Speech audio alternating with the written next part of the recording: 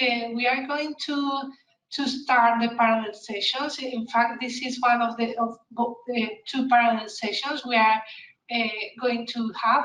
So please, those who want to keep here, stay on GoToWebinar, and those who want to attend the session number 3, inclusivity in automated mobility, sorry, please click on the GoToMeet link we have shared on the chat. So thank you, and now I give you the floor, Rita.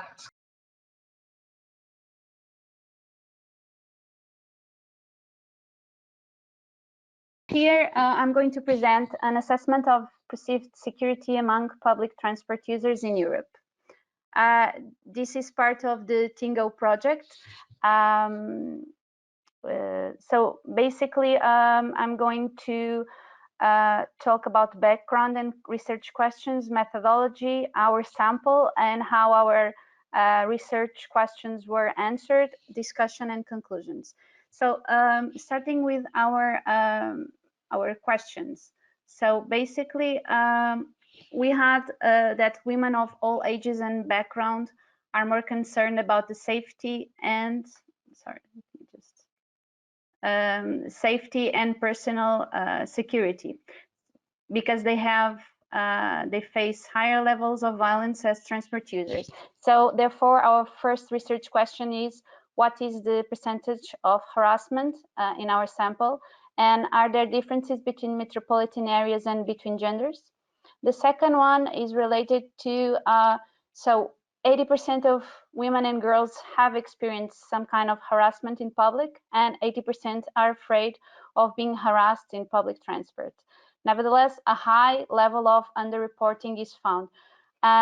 So we search in our sample what were the reasons for underreporting by metropolitan area. And the third one is that... Sorry? That women may seek a less efficient or more costly alternative when there is a perceived threat.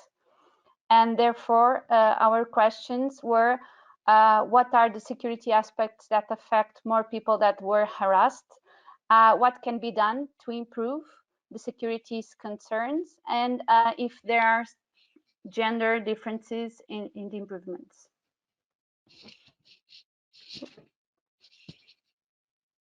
So basically, we have done, our methodology was a web survey. Due to the pandemics, it was not possible to get besides data from survey, online survey. So we have done data preparation, data processing, data analysis, and then results. We used ArcGIS, Python, Excel, and SPSS. So our sample is 6 metropolitan areas. The sample was collected by the TInnGO hubs, and then we just focused on the metropolitan areas. So, for instance, the Thessaloniki hub, they collected 401 from Greece, and then we just analyzed the 231 answers from the metropolitan area. So basically, the questions were regarding the mobility behavior, including security aspects, and it was online distribution, and in each one native language. So our first research question was about the percentage of harassment and differences between metropolitan areas and gender. Basically, we collected more or less 2,000 surveys, and we noticed that there was a percentage, an average of 19% of harassment incidents that were reported by the users. A low percentage is Valencia when compared with the other metropolitan areas, and Malmo with the highest percentage, it was 39%. It should be noted again that only 21% reported the incident, 17% in Malmo, and up to 35% in Paris. I will just show you the maps. We have searched for the location and the gender of the samples. Here you can see in Thessaloniki is in the city center, and that 34, so 1/3 of those affected belonged to the average monthly category, and there was no significant differences between men and women in this that were harassed. In Lisbon, the same, city center again, and 49% of people affected belonged to the average monthly income category, and again, no gender difference, significant gender difference. In Malmo, we have again no gender differences, but here 1/3 below belongs to the below average monthly income category. In Turin, we have noticed that 75% were women. Only 25% of men reported that they were harassed. And here in the sample, 61% belonged to the below average category of income. In Valencia, has the same pattern in terms of gender than Turin. So 77% were women and only 23% men. And they belong again to the 46% to below average income category. In Paris, it was not possible to get the GPS coordinates, but we can see that there are 4 more or less categories, so parking inside public transport streets and public transport stations. And basically 16 occurrences happen inside public transport or inside stations. And 1/3 again belonged to below average monthly income category. So our research question 2 is why people were not reporting. From the six samples, we can see that they are classified by like the most popular reason per metropolitan area, and we can see that Thessaloniki and Turin, people didn't trust the police. Paris, Valencia, and Lisbon, they thought it was not a big deal. Malmo, respondents said that they were not aware of the process, and you can see that that reason it's the second one for Lisbon and Paris, and the third one for Valencia. So that means that lack of information on reporting process is impeding the improvement of the process and the monitoring of the incidents. The third question was related to security aspects. So when people were harassed, how they would feel, and what can be done by the operators and regulators to alleviate those security concerns, and if there are gender differences in the improvements. So we can see here that the statistical analysis showed that people that when were harassed, they felt less secure at stations, and overall they were less satisfied with the security aspects. Gender was not proved to affect passengers' perceptions, but we saw that older women of older ages rated lower in many security aspects when compared to younger women, and this was especially in Turin, Paris, and Lisbon. And what we are saying that is indicating that age can play a role in the perception of security. Regarding improvements, so ranked by popularity, we can see that men and women, and we had some non-binary in Lisbon and in Malmo. And we ranked their improvements, how they would feel like would change their security concerns. So basically a smartphone application that would put the public in contact with the transport providers or the police in case of potential danger situations was the most popular one. And then we have more stops closer to the residents as another, and availability of clear advertisement of contact numbers in the stations to contact the operators and the police. So discussion and conclusions.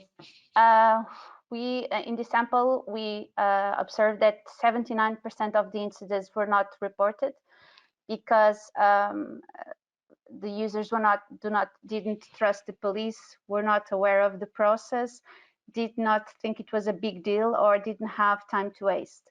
The problem here is the lack of information on the reporting process is in fact impeding the improvement of the process itself and the monitoring of the incidents.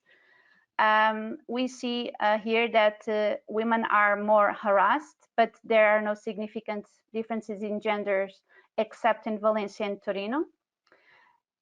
In general, the statistics show that people feel less secure at tram stations where there are no cameras, in the public stations, and feel more secure in railway stations when only people with a valid ticket can enter.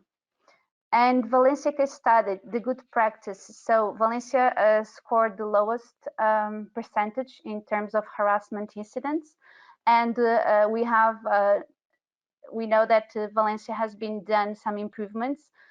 Security cameras in public spaces, inside of the bus drivers are responsible for security, and harassment protocol are placed inside of the buses, and there are the possibility of stop on demand in specific bus routes at night. So women's perception of security could increase if more stops closer to their residence.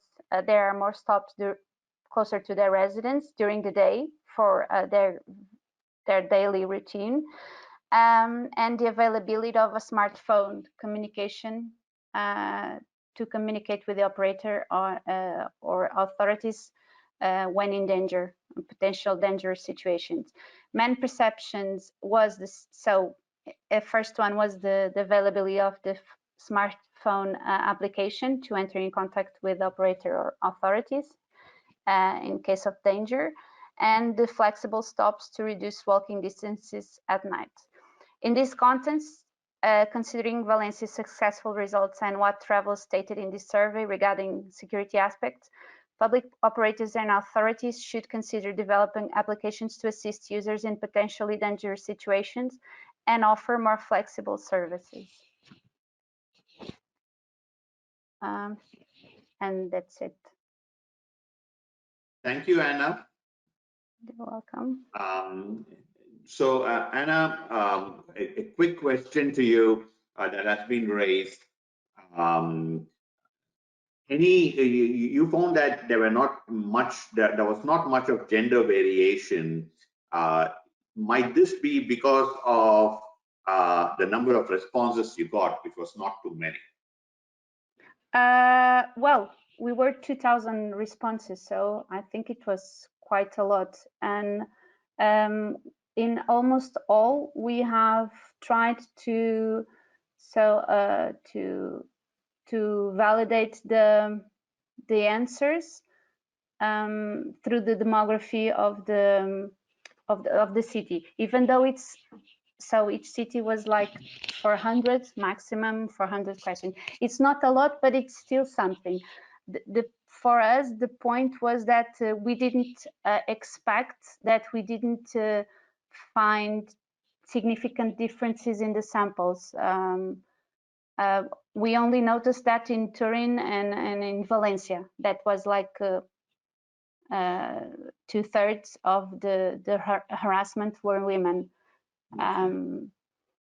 But yeah, we didn't catch older population because it was online. So I think that a part of the older population we missed here because we couldn't have more from that category, demographic category.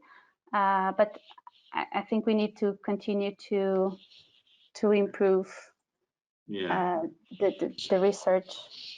Sounds good, Anna. A quick question, and hopefully it'll be a quick answer. How did you define harassment? Was it physical misconduct, or was it beyond physical misconduct? It was sexual, verbal, and physical. So the three. Okay, and did you differentiate between the three? I wonder if there are gender variations. Example, no. So we asked, we defined the harassment as these three, and then we asked them, the respondents if they have already experienced a situation.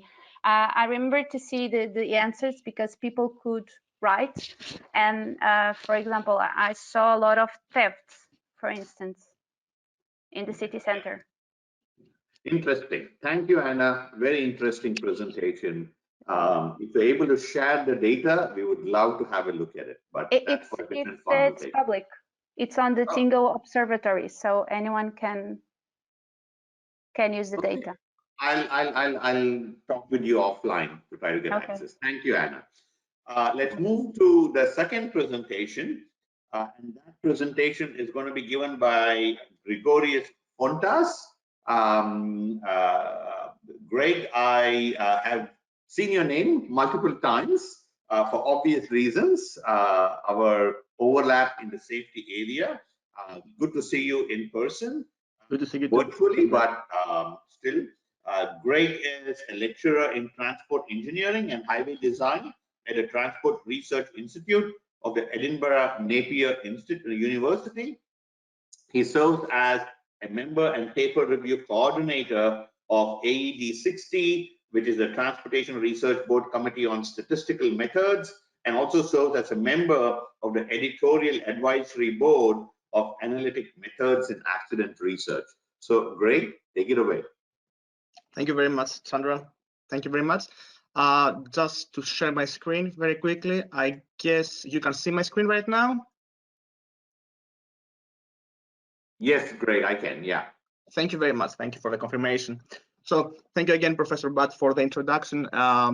Today I will share a few latest findings of our work about quantifying the effectiveness of the 20 miles per hour speed limits in rural areas, empirical evidence from the Scottish borders area. This is a team work. I'm presenting this here, but there is a team working behind the lines with Professor Adrian Davis, Dr. Adebola Gasegun, and Mrs. Philippa Chilhuli from the Scottish Borders Council.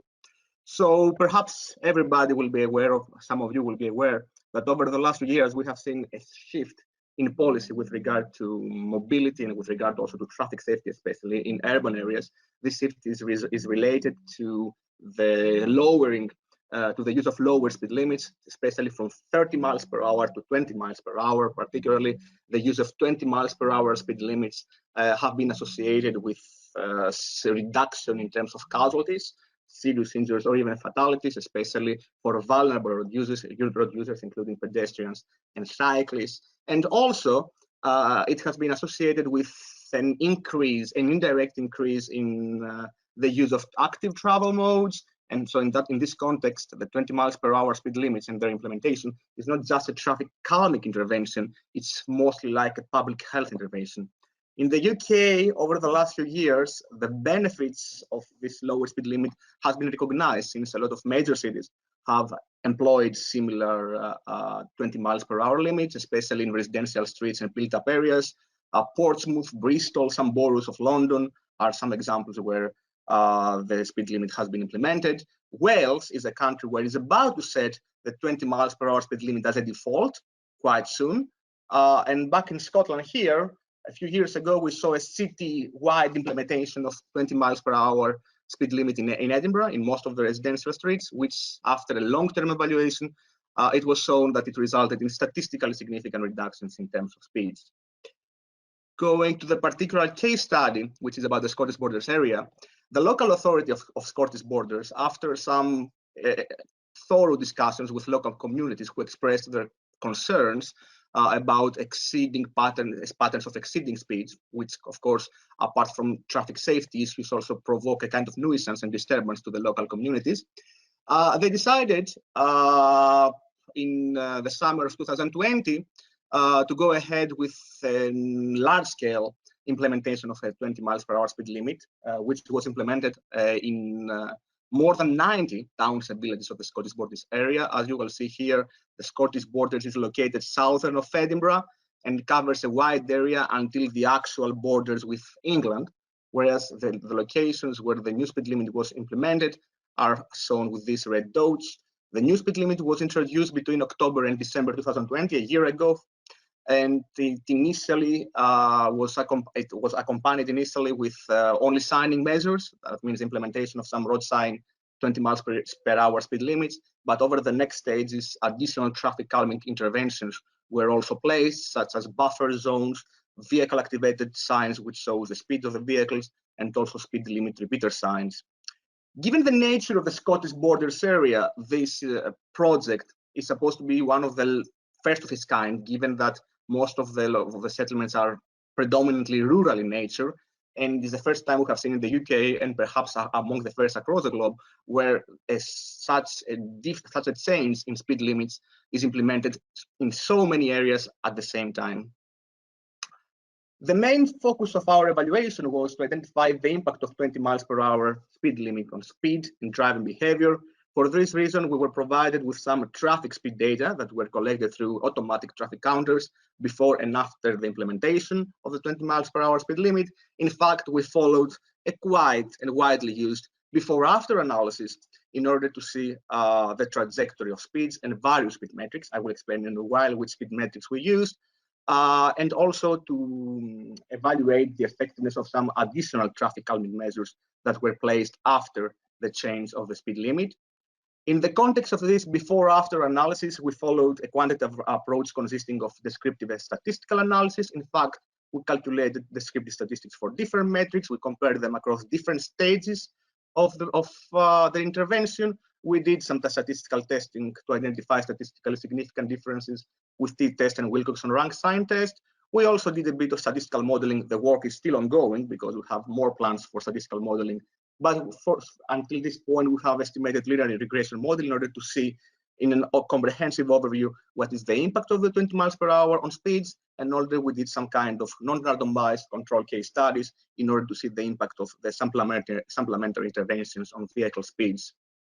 In terms of data, as I mentioned previously, we were provided with before data, the survey one, which were collected a few weeks before the implementation of the speed limit, and with 3 survey waves after the implementation of the new speed limit. In fact, the data for survey 2 was collected a few weeks after the 20 miles per hour speed limit. The survey 3 was collected up to 5 months after the new speed limit, and the survey 4 the data for survey 4 were collected up to 8 months after the new speed limit. We had some varying numbers in terms of available locations with commonly available data across the different survey waves. And for the metrics that we use for the evaluation include mainly the mean speed, the 85th percentile speed, standard deviation of speeds to understand the homogeneity of speeds across the different locations, and some speed metrics, which can give us an idea about the speeding patterns and the compliance patterns that were observed after the implementation of the new speed limit. I don't want to spend more time on the methodological aspect. I'm quickly go to the results. Indeed, we have information for various locations. Indeed, we had a data set with 2.5 million observations, given that, especially for the first couple of surveys, we had individual vehicle speed data. So what we did is to classify the average values of all the locations per some speed ranges that are used in practice for this kind of evaluation studies. We used 4 ranges, 0 to 20, 20 to 25 miles per hour, 25 to 30 miles per hour, 30 to 35 miles per hour. And as you will see here, whereas before the vast majority of locations were associated with the 25 to 30 miles per hour speed range, in survey 2 and survey 4, after the intervention, we have seen a significant shift of locations towards the left, towards, in other words, speed ranges, lower speed ranges. In fact, we saw that more than 75% of the locations after the intervention had mean speeds lower than 25 miles per hour, which is a threshold which is used by the Department for Transport in the UK for the use of 20 miles per hour project. And in fact, we saw that the intervention almost doubled the proportion of locations with speeds lower than 25 miles per hour. Going to more granular statistics, here I'm providing a table of the descriptive statistics of mean speed in 85th percentile speeds before and after at different survey waves. All the sites previously had 30 miles per hour speed limit, and these were replaced by 20 miles per hour speed limit. In fact, we saw a reduction of mean speed 8 months after the implementation of the new speed limit, equal to 2.7 miles per hour, which is among the highest that has been seen in the UK before in previous trials. And we also saw a similar reduction for the 85th percentile of speeds. Something which was also very important for us was to understand which locations were more likely to have larger reductions and which locations were more prone to keep the same patterns after the new speed limit. So in this graph here, we're providing a graphical overview of the relative and absolute speed changes. In the horizontal axis, you will see the mean speed before. In the vertical axis on the left, you can see the reduction in absolute terms. And in the vertical axis on the right, you can see the relative reduction in percentage terms. As you will see in the horizontal axis, and also by the red line here, which shows the, let's say, a rolling average of the changes, as you will see, the higher is the mean speed before, the higher is the speed decrease that is observed 8 months after the intervention. This is something that was expected. In other words, in locations which were quite prone to speeding patterns, we saw major speed reductions. And if we want to see in an even more disaggregate way, we saw the particular, here we're providing the particular speed differences before and after for the different speed ranges. As you will see for locations with mean speeds less than 20 miles per hour, we didn't see any major difference, which is anticipated. For the range 20 to 25, for locations with mean speed in the range from 20 to 25 miles per hour, we saw some milder decreases, whereas the largest decreases were observed in sites where previously had mean speeds greater than 25 miles per hour, 3.77 for 25 to 30, and 4.72 for locations previously have mean speeds in the range of 30 to 35 miles per hour. In fact, the t-tests that we did revealed exactly that all the speed reductions were statistically significant with a level of confidence greater than 92%. We also checked the temporal evolution of speed changes using data from all the survey waves that were available. As you will see, after the survey 2, survey 3, survey 4 reflect the after situation. After the change of the speed limit, we can see a kind of leveling up. The curve is flattened a bit. Of course, we are seeing some slight, very slight increases, but these increases are less than 0.5 miles per hour and also coincide with the unease of the travel restrictions.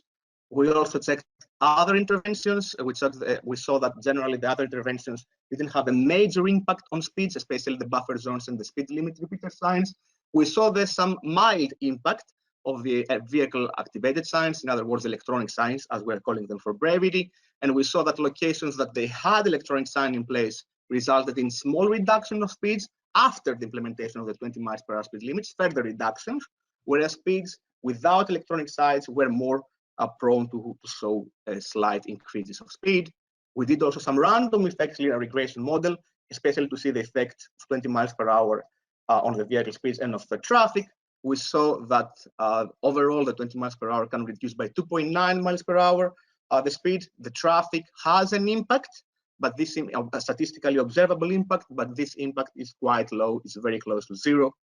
And the same also was identified for the 85th percentile speeds. Overall, the 20 miles per hour intervention resulted in significant speed reductions for the majority of the locations. These reductions seem to be maintained even for up to 8 months after the intervention, which is a good starting evidence for looking now at the more longer term evaluation of this project. We saw that from the linear regression analysis that the intervention can trigger an up to 2.9 miles per hour reduction in speeds. And why this is important?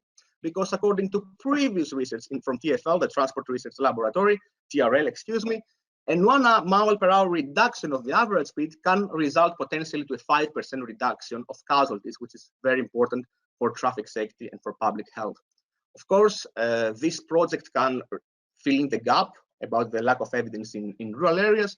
However, It can also guide new interventions and new initiatives in that field. Scotland right now is in advanced discussion about establishing 20 miles per hour speed limit as a default in all built-up areas. I think that this trial in Scottish borders can give a lot of information to the Scottish government about the next step of this ambitious project.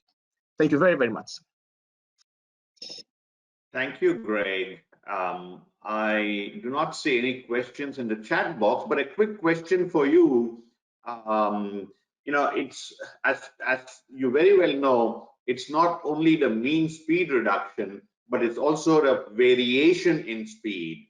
Have you looked at the variation in speed? That is to say, after you have a reduction in speed, maybe the speed profile in terms of mean reduces, but the variation in speed increases, which could then impact actually any reductions in crashes.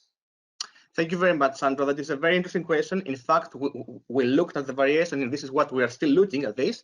First of all, we focused on the standard deviation of speeds, and we saw that the standard deviation resulted in significant, we have seen a significant decrease in the standard deviation, which overall implies more homogeneous pattern around the mean, which is very important. We saw actually 1 mile per hour decrease in standard deviation, which is impressive. In other cases, in the UK, we saw less than 0.5 miles per hour decrease in standard deviation.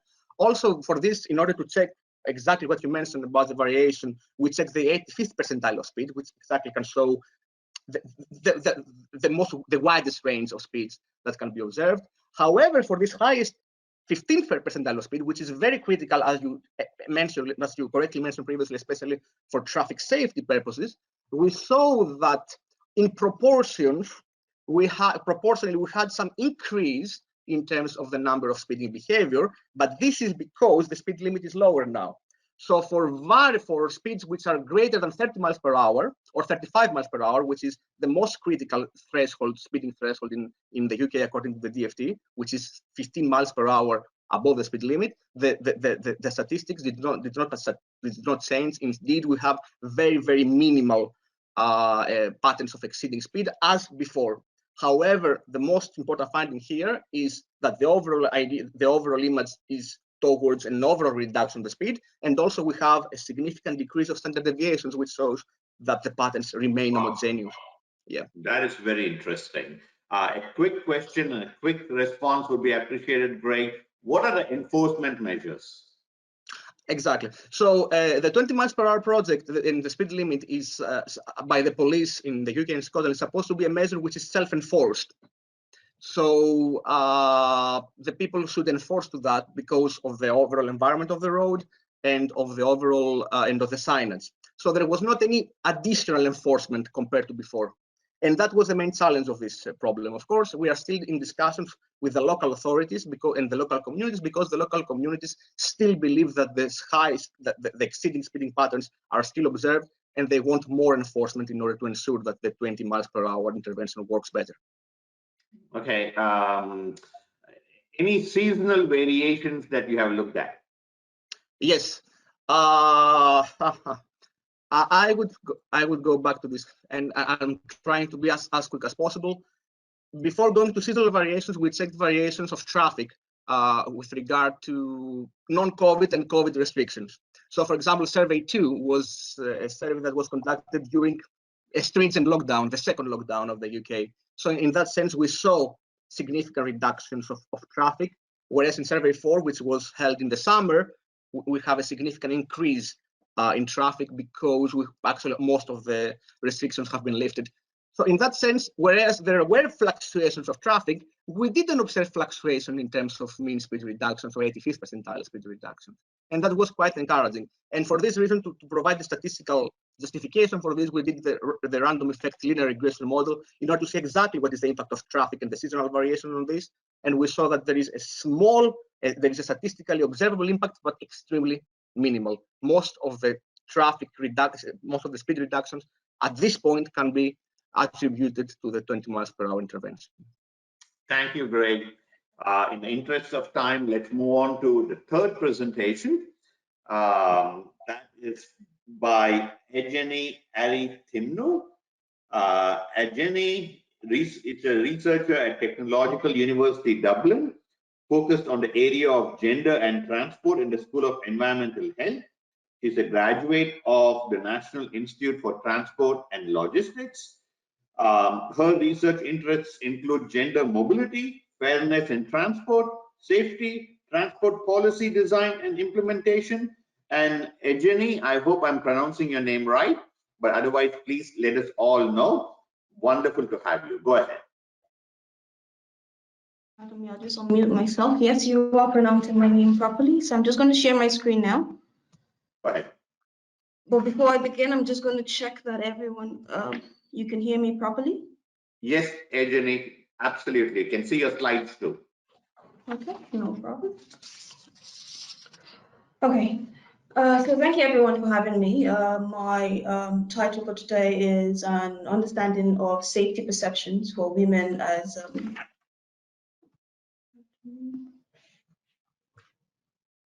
I'm just going to minimize that. Pardon me.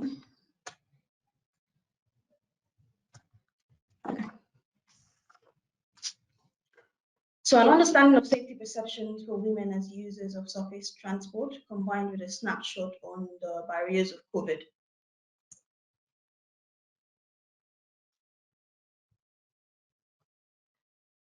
Okay, so to start off or to begin with, I would like to acknowledge that the part that forms, should we say, the part that to acknowledge the part that forms gender differs differs in terms of the needs and requirements for users of public transport. So we're saying, okay, for example, women face complexities when it comes to their traveling involvement, especially when looking at it from a point of view of their caring responsibilities, the different modes that they would use, their abilities as it changes over time, the obligations in society as known within the construct of society. Women would tend to hold a lot of household responsibility or caring responsibility as well as family responsibilities.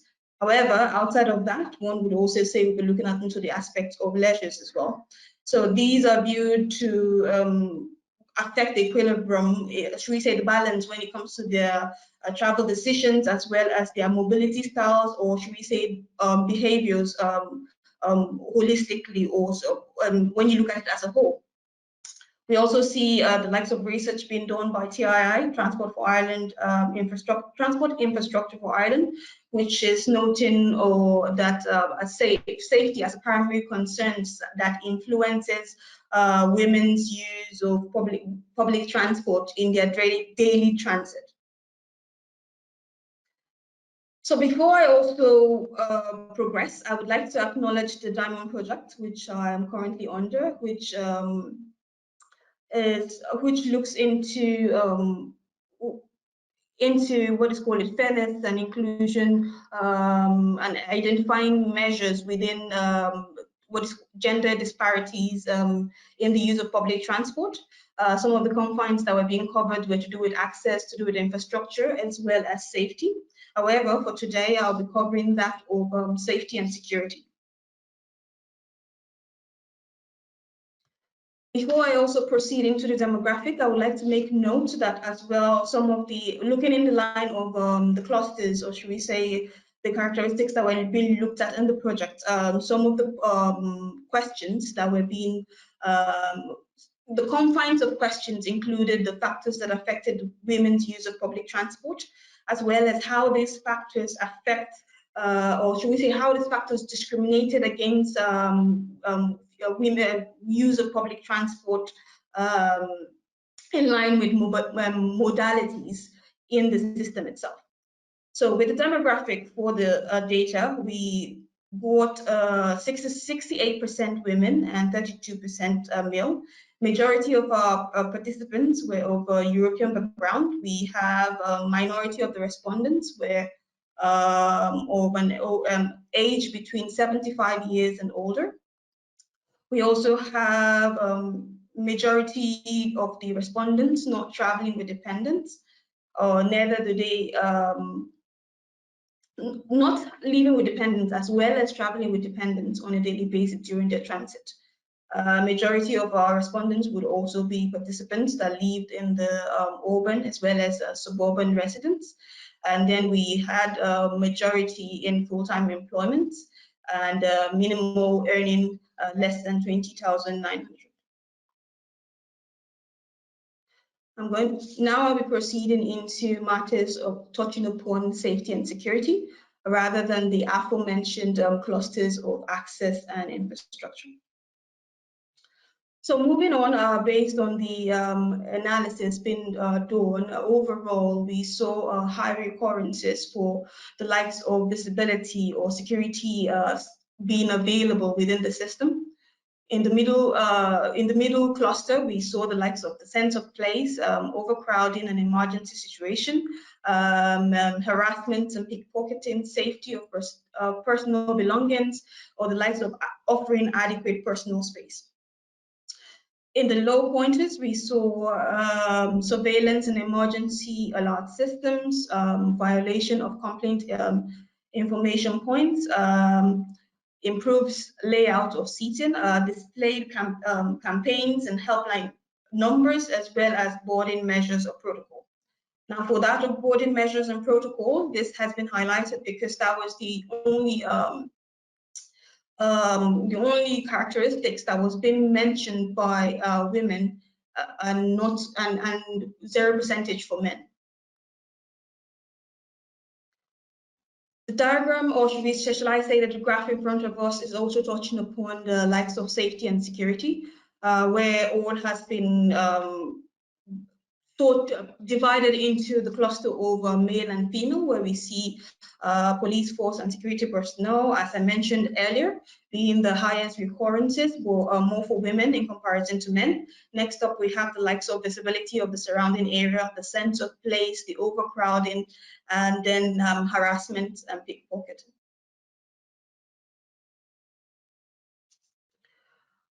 On the present slide, the information on the current slide touches upon the respondents. With this, we're saying, okay, the number of, even though previous had touched upon the frequencies of recurrences for that particular concern or characteristics being highlighted, this is showing us that 100% of female participants noted the need for police force and security staff.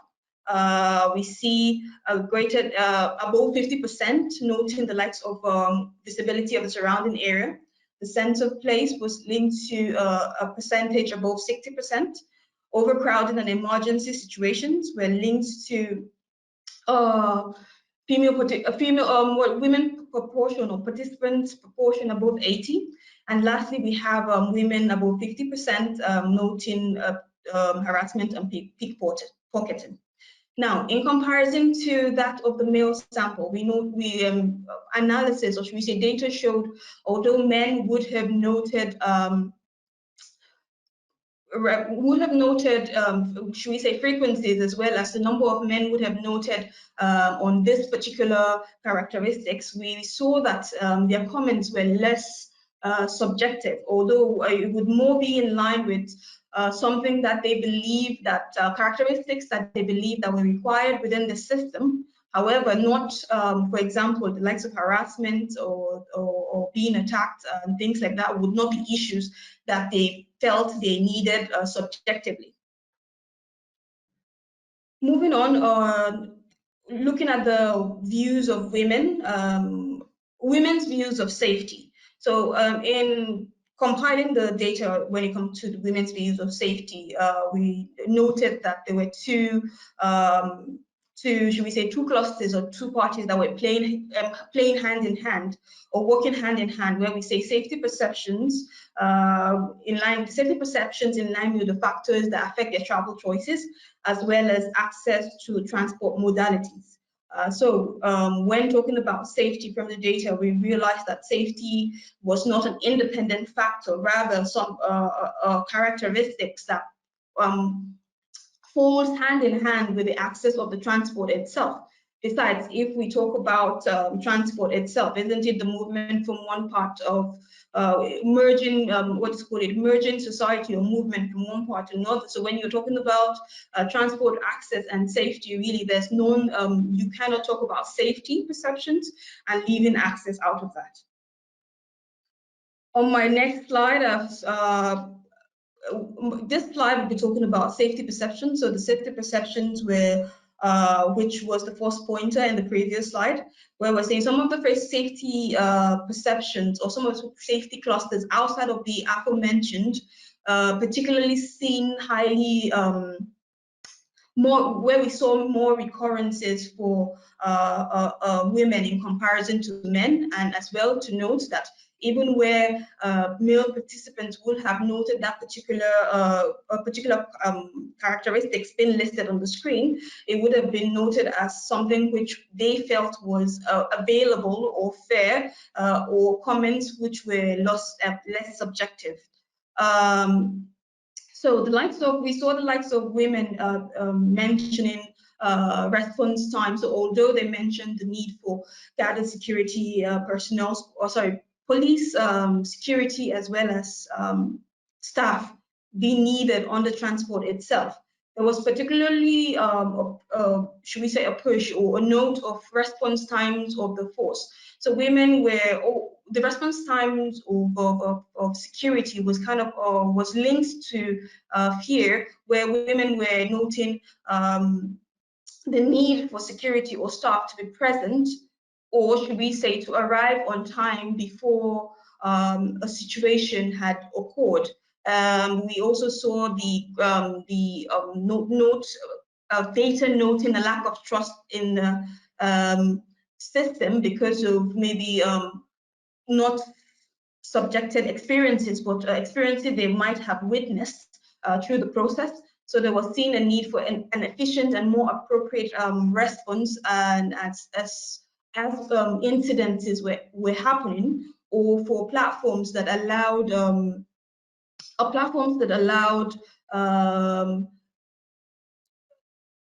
what do you call it? Platforms that allow swift or quick response by personnel. Moving on, we saw the likes of complaint information points in the case of violation of personal safety, where, as mentioned earlier, so swift access point. I know that one of our listens in the previous slides mentioned where you were having complaint information points and what have you. Yes, there was need for, women saw this as important, not necessarily unimportant. However, the need was kind of pushed towards having more discrete and e-systems that were able to alert personnel of occurrences of violences happening. Also noted were suggestions of where mostly staff didn't have a hands-on, what should we say, an authoritative strength, also an authoritative, should we say, infiltration when it came to situations where participants were suggesting that rather than having to, even if an automated system was available, rather than having to wait for security personnel to come, staff could also be given authority where they could stand on the gap as a barrier before the arrival of the security. With automated systems as well, we noted that the elderly, or should we say the elderly, noted that although this was it's also needed and seen as important, they noted the need for there to be human presence. They would feel more safer to have human presence around in the cases of violation, or even when there is not as well. Moving on, we see body measures and protocols, where the environmental measures that accommodate all abilities, whether they are those of those in wheelchairs, or those that have caring responsibilities, or those that have mobilities that are tainted, or should we say not tainted, abilities that are affected by health issues. When going into modal services, this was especially seen when interconnecting, especially when going from buses and trying to get into the trains, and as well as buses. We saw boarding measures were particularly needed to allow a friendly environment for those with caring responsibilities, those with abilities, etc.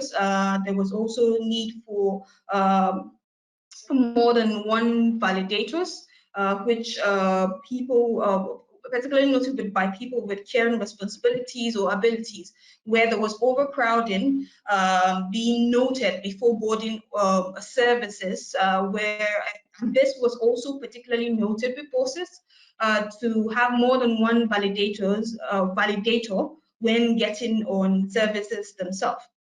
Lastly, on safety perceptions, we see the likes of improved layout of seating, where we see the allocation of buggies or wheelchair space that promotes or ensures the feeling of safety, the distribution of seating arrangements that are comfortable and suitable for all abilities. We see the allocation of seaters in modes or the likes of extra spaces for users that needs personal space, be it for caring, responsibilities, be it those traveling or inter-transiting for work, as well as those with personality traits, for example, people who are shy, or people who just like their quiet spaces to be made available. With improved seating layout, we also see it being noted that on trains, although we have the 4-seating layout being available, some female participants would have noted the need for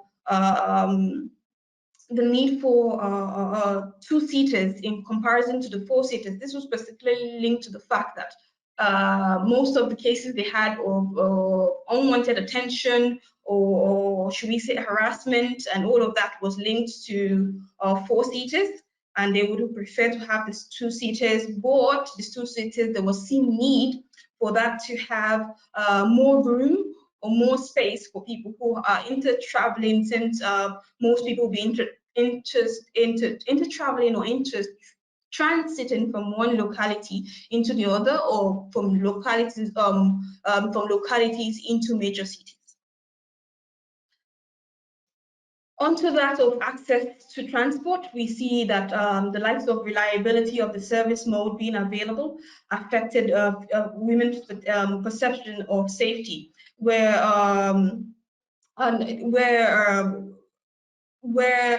services not being on time would mean or conform to the fact that they will be waiting at stops for a large number of times.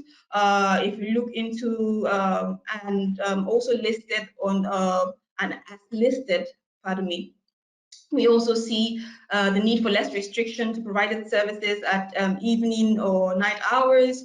So reliability of service was also particularly being linked to, although, yeah, it was an issue overall for the system, it was particularly needed or noted for dark hours, so sunrising hours where it was slightly dark, or sunset hours.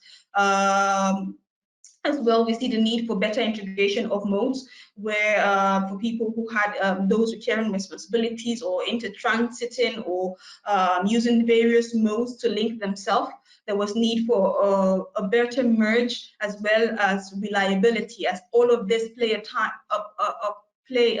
part and are intertwined in the perception or the perceived safety of the transport, of the service itself.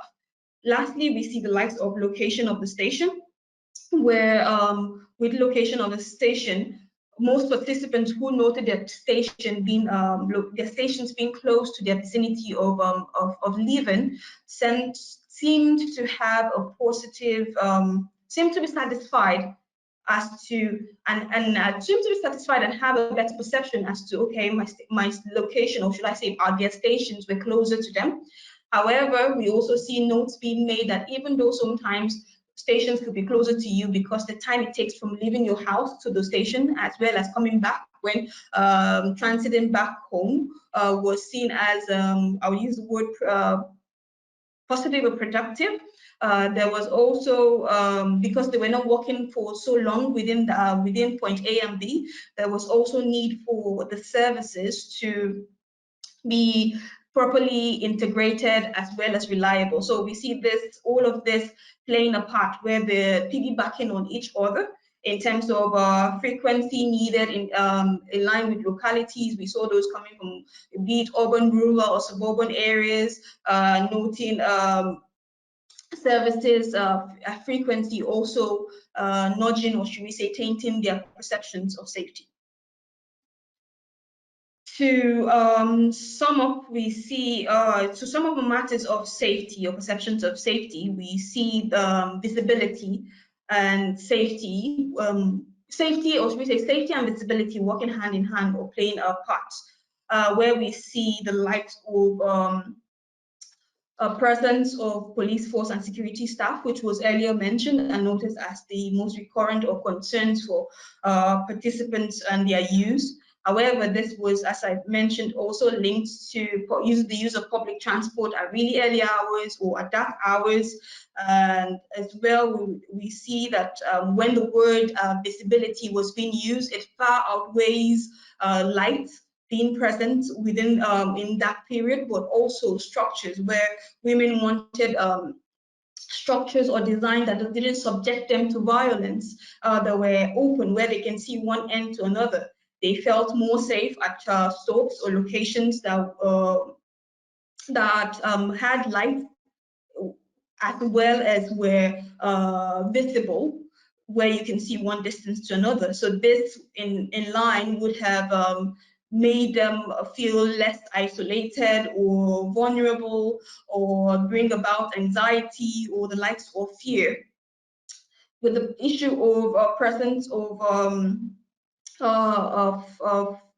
police, with the likes of harassment and antisocial behaviors, we see this particularly also noted at dark hours, where we also see the need for police or security staffs to be present.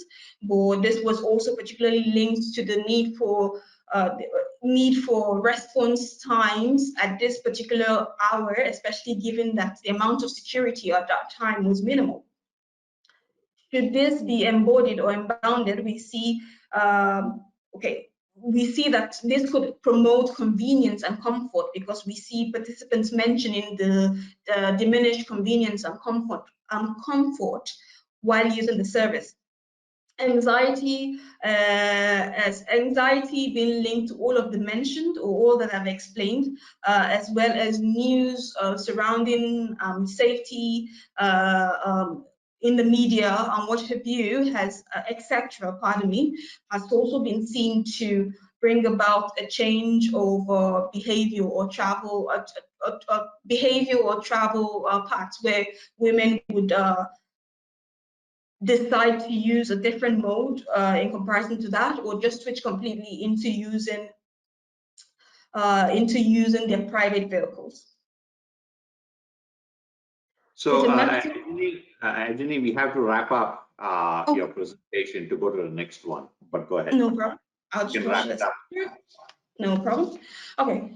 I'll just rush through this. So with the metric comparison, we see needs being surrounding the available of security, as well as visibility of the surrounding area of the station. Some of the barriers that were listed were harassment, safety of personal belongings, the need for visibility of the area, overcrowding and emergency situation, offering adequate space, as well as sense of place.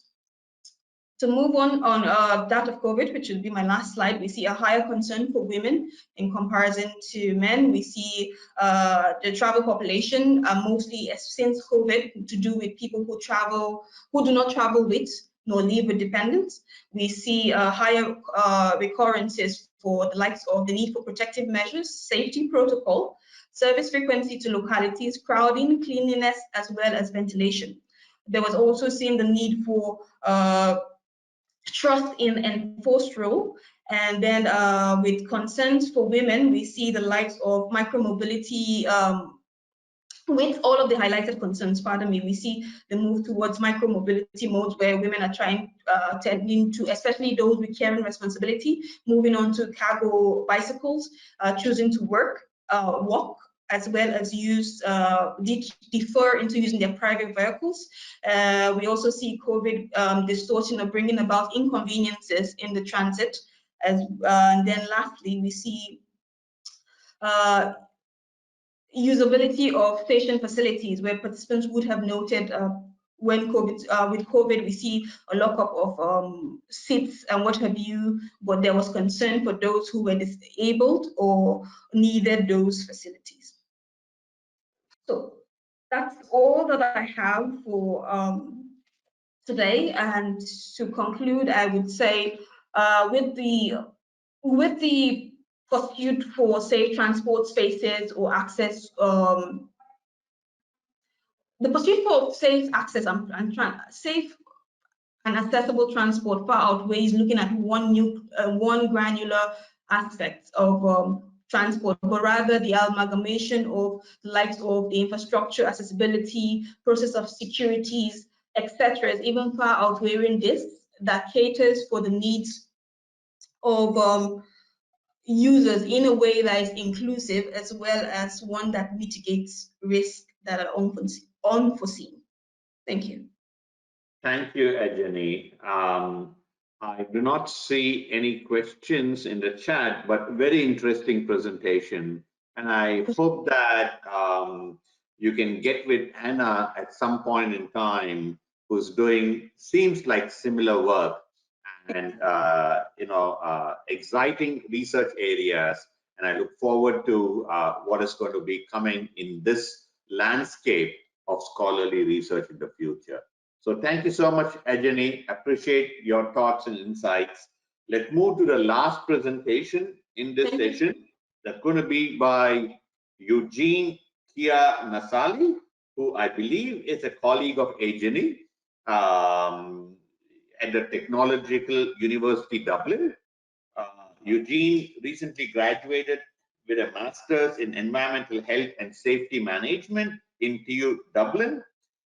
Eugene has health and safety experience from work placement in manufacturing and working on a project with an Irish and UK-based telecommunications service provider.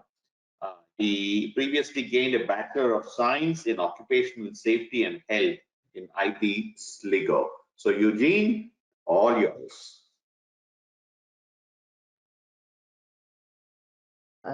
Thanks, Brad, and hi, everyone. Just wondering if you can see my screen. Yes, Eugene, we can see your screen. Okay. Thanks for having me today.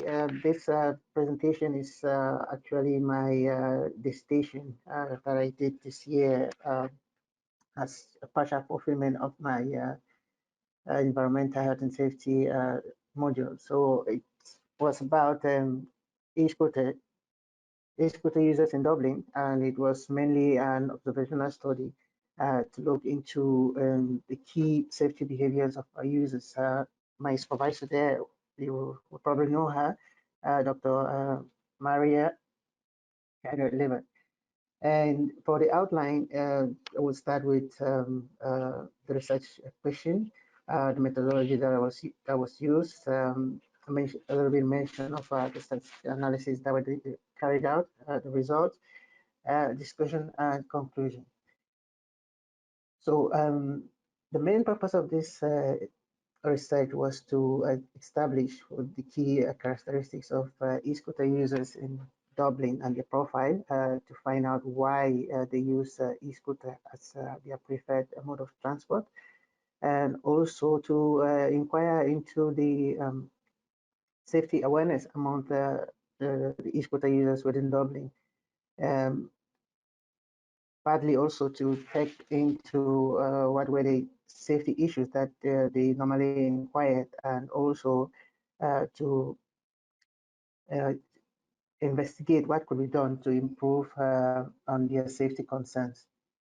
So the methodology was a hybrid of an observational study and an online and paper-based questionnaire,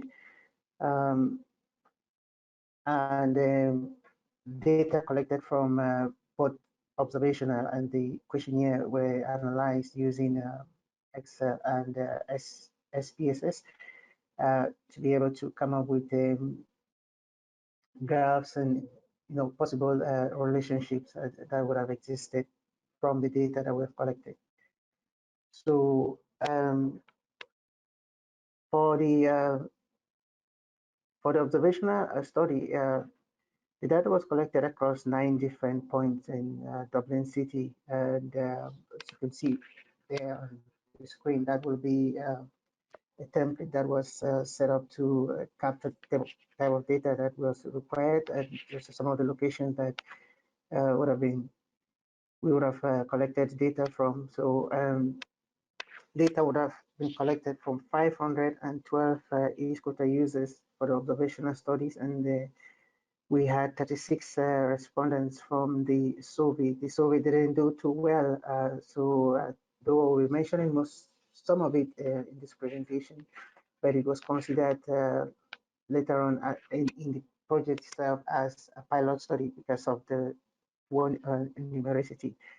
So this survey would have kicked off on the 9th of June, and over a period of 3 weeks, we did measurements at we did observations at 3 different sites. And the criteria for the sites to meet our observation site was that there should be the area had to have a high flow of traffic, clear road markings, availability of cycle lanes, and also availability of sidewalks. We did the observations at 3 different times of the day, from 7:30 a.m. to 9:30 a.m., which usually the rush hour when most people are going to work, and 9:30 up to 11:30 a.m., which mostly the recreational users that will be using their e-scooters at that time. And we also had another session from 6 p.m., definitely the time when everyone is rushing back home. So some of the data that we were concentrated or very much interested in was the genders of the users, how many of them were male or female. We're looking also at how were they making use of personal protective equipment like helmet, were they wearing the helmet correctly, or some were wearing helmet and not fastening it. We also looked at the use location, whether they were riding on the road, on the footpath, or on the bicycle lane. And we had also actually considered checking the speed at which they traveled at, but due to time constraint and other factors, we had to use the questionnaire. We counted on the questionnaire to capture this data based on the users answering the questionnaires rather than taking up the measurements ourselves. Other things that we would have picked up during the pilot studies that we had not thought about when we were putting together the questionnaire was things like passenger doubling, and also the use of headphones and iPods, sorry, by users when they were riding their e-scooters. So for the results, when we break down the main questionnaire into 4 different sections for what were the key characteristics of e-scooter users in Dublin, we found out that the vast majority of the users, like as presented on that pie there, the circle there with the blue pie, 71% of the users were male and 29% were female. In terms of the age group, this information was subjective because it was based on the respondents that we got from the questionnaire. Like I said, it turnout was poor because it was an online questionnaire, and this was done in the wake of the HSC being hacked. So most users would have been wary about clicking the link via email that they didn't know. And also even the paper question, the old school way of collecting the questionnaire on the roadside field didn't help in any way because of COVID, approaching someone, talking to them and giving them a pen or piece of paper to complete. People were worried about, social distancing. So we did observe that from the respondents that we got back was that the vast majority of the users of e-scooters in the areas where we did the observation, 39% of them were aged 25 to 35, followed by 33% that were aged above 35. Meanwhile, 25% of them were aged 18 to 25. There was a further 3% that didn't specify their gender, so we considered them, group them under the others group. So in terms of age distribution relative to male and female, we found out that a majority of e-scooter users that were female were aged 18 to 25 as per the respondents we got from our questionnaire. Meanwhile, for the male, the majority of them were aged 25 to 35, followed by above 35. Also, looking at the percentage of observations that we got from each observation site, we'll see that most of our, the majority of the observations at O'Connor Street, followed by Upper Leeson. O'Connor Street, as we know in Dublin, is the main commercial area, and that a lot of commercial activity going on there. And also with the Upper Leeson, it's more of an administrative area where you have most of the offices situated. So in terms of the second part of the question, which says why do e-scooters users prefer the e-scooter as their use the e-scooter as their preferred mode of transport? The majority of the users, 41% of the respondents, we got the feedback that they preferred it because it was fast, given the transport nature in Dublin, traffic congestion during the rush hours between 7 to 9 and maybe 4 to 6 p.m. Usually the rush hours when people are commuting from one side of town to the other, traffic is really, really congested. And so they thought their response was that the e-scooter would get them easily from point A to B. 38.9% of our respondents said it was cheap, and ever since they started using the e-scooters, it saved them a lot of money. Say transport, public transport in Dublin or in Ireland is expensive, and so the e-scooter was a cheaper option for them. Interestingly, here we were hoping that there will be a greater response in terms of saving the environment, but due to the complexity of the questionnaire, we had 5.6% of others that they said other reasons. They preferred the e-scooter for other reasons they didn't specify. So we weren't sure if it were for environmental purposes or whatever purpose. We also dig into the patterns of use, and as we've seen, a majority of the users were using the e-scooters to go for going to work and education. Unfortunately, it was holiday period, so we couldn't capture that data from a student because most of schools were holiday at the time. Based on data collected from the different times, we see that the deployment, there were more scooters deployed in the morning and between 7:30 and 9:30, as well as from 4 to 6 p.m. Though more from 4 to 6 p.m., which definitely means a combination of people going to work and recreational users returning back to their homes.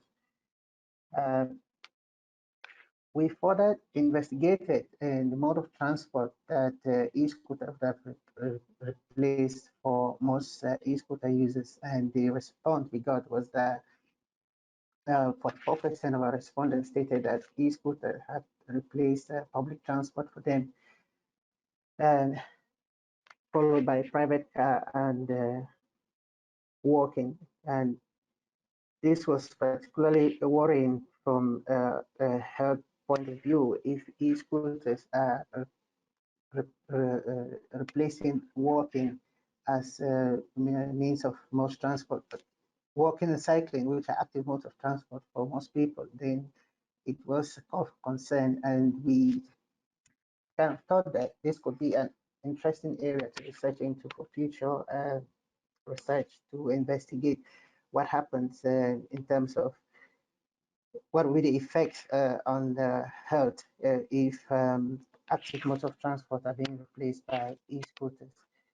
So for the third part of the question, the research questions, which was looking into the level of safety awareness among e-scooter users, in general, the compliance in terms of safety was really low, and from the 512 total 512 e-scooter users observed, only 44.7% of them wore at least one form of personal protective equipment, which we were predominantly looking into use of helmet and PPE, and high visibility clothing. Breaking that down into the various types of protective equipment used, we see that the helmet performed better than the high visibility clothing for reasons that we couldn't tell, but we thought this research having been carried out in the summer, given that the day length was longer, maybe people felt more visible because of longer daylight and didn't see the need to wear high visibility clothing. That we could not answer concretely. And moving on, in terms of comparing PPE uptake between male and the female, we see that generally the female gender did better at PPE than the male. We had 56.6% of the female population that were observed wearing one form of PPE, be it a helmet or high visibility clothing, compared to the male gender.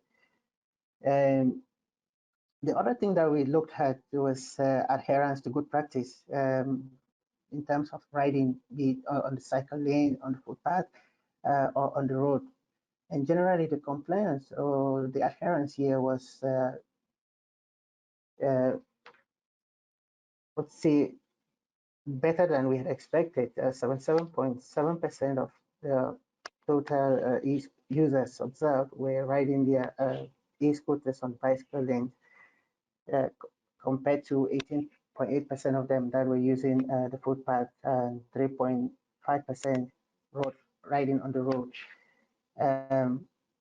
When we broke down further into, when we dig down further to compare the patterns between the male and the female gender in terms of using the road or the cycle lane, generally overall there wasn't much of a difference, although it was slightly maybe 2% higher for women, but both genders did well on that particular aspect.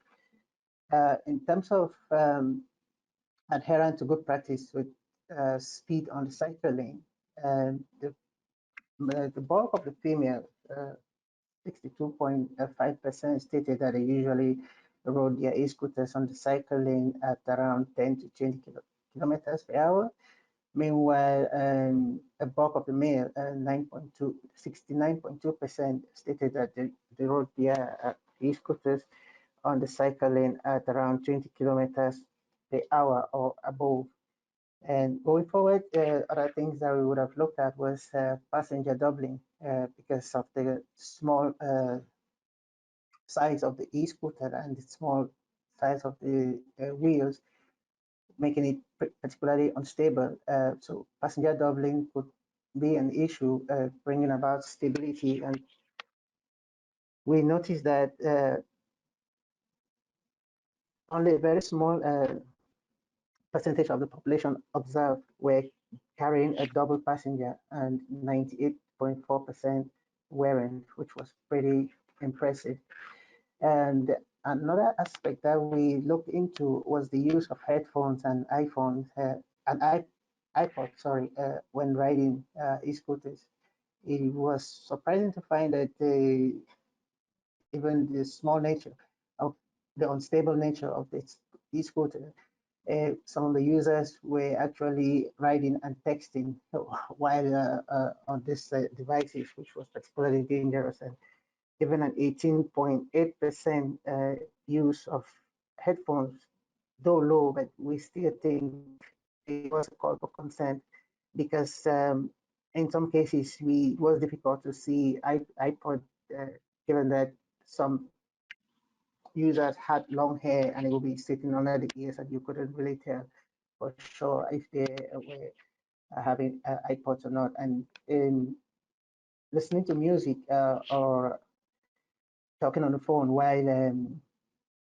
while using your e-scooter or driving or cycling has been proven in many researches to have a serious impact on mental workload or distraction, and increases reaction time if you were, say, in a dangerous situation.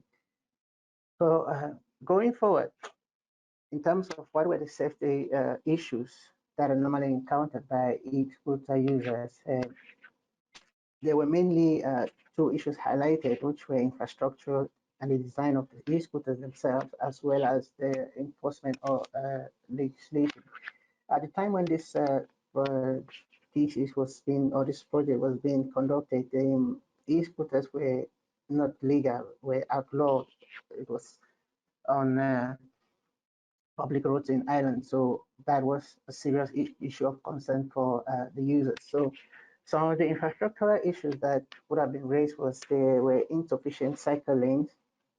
And even in cases where there were cycle lanes, some of them was really not safe because often you will have to share, like around a corner street, e-scooter users or the bicycle path is shared with the bus, and that was really a call for concern for the guys using e-scooters, and even the tiny nature of the road. And the other issue that was highlighted was that the state of the roads were really poor, uneven, and a lot of potholes. So given this, the nature of the e-scooter, trying to sway or dodge from a pothole could easily destabilize your equilibrium and maybe cause you to fall. And the other issue that was highlighted as well was the small size of the wheel, which also contributed in its stability. So a few suggestions that would have been made by the users in terms of legislation with regards to e-scooter was that um, whenever the legislation is being updated, use of helmets should be made compulsory or mandatory, and that there was a call for e-scooters to be legalized in Ireland sooner than later. So the main findings that we would have had from this research was that a vast majority of the users, that's 1.1% of them, were male, and there was a general poor compliance in terms of PPE, with only 44.7% of the users actually using one form of PPE or the other. We also found out that the more female e-scooter users were likely to wear a PPE, especially a helmet, compared to their male counterparts. We also found out that the male e-scooters were more likely to ride their e-scooters, be it on the road or on the cycle lane at a higher speed than the female. Also, it was found that a majority of e-scooter users use their e-scooters for commuting to work due to the congested nature rush hours in order to get to work early enough and to fast commute from one side of town to the other, and also to save costs. And that 41% of the e-scooter users also stated that it was, cheaper for them as well as cost saving. Other findings were that e-scooter had replaced public transport for most users, followed by public transport, as well as cycling and the walking, which I've explained before, I touched before in terms of which is worrying in terms of active modes of transport being replaced. Also, there was a good compliance in terms of riding on cycle lane, with the vast majority of the users on both genders using the cycle lane. Also, there was good compliance in terms of, though not really good, in terms of using headphones and iPhones when riding. On the finding were that most of the 98.4% of the e-scooter users observed were not carrying a passenger. And the main concern here were being that they were fast replacing active modes of transport, such as walking and cycling, as I've mentioned earlier, which was a negative effect on public health. The recommendation that we made from this research was that there should be targeted awareness campaigns for educating the public on the need for wearing PPE while riding their e-scooters, and that e-scooter users should be sufficiently trained and familiarize themselves on how to operate their devices before they take them onto the public space.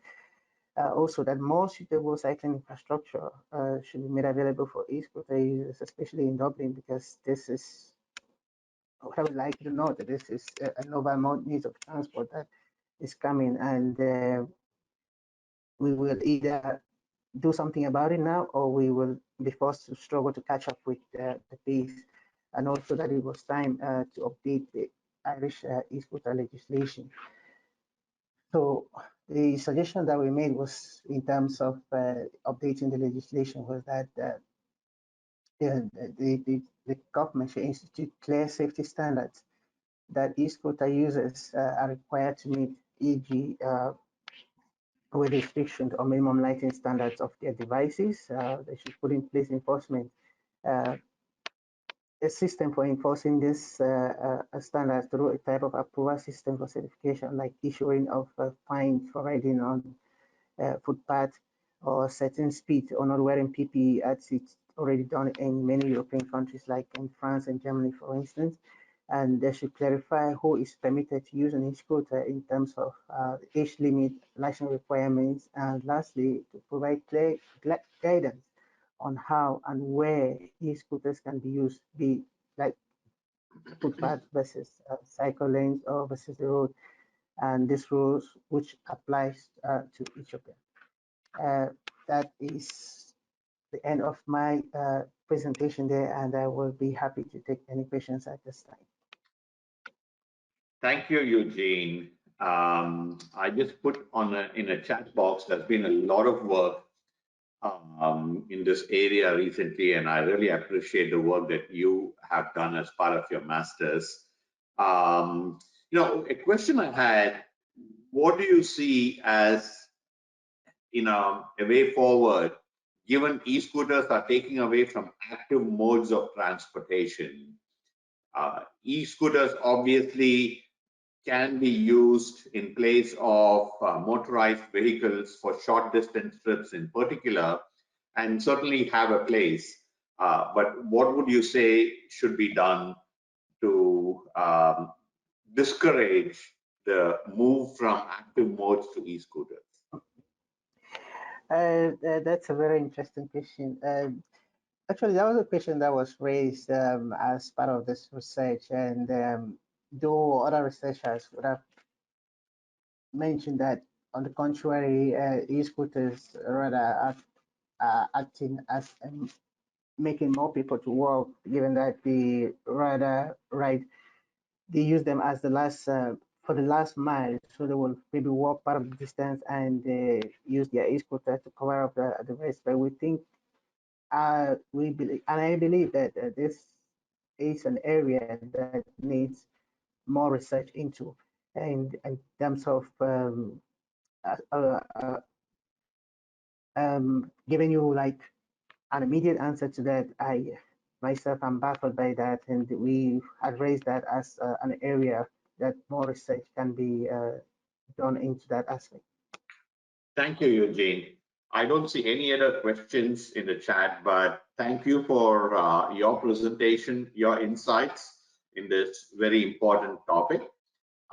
With that, we will end this session.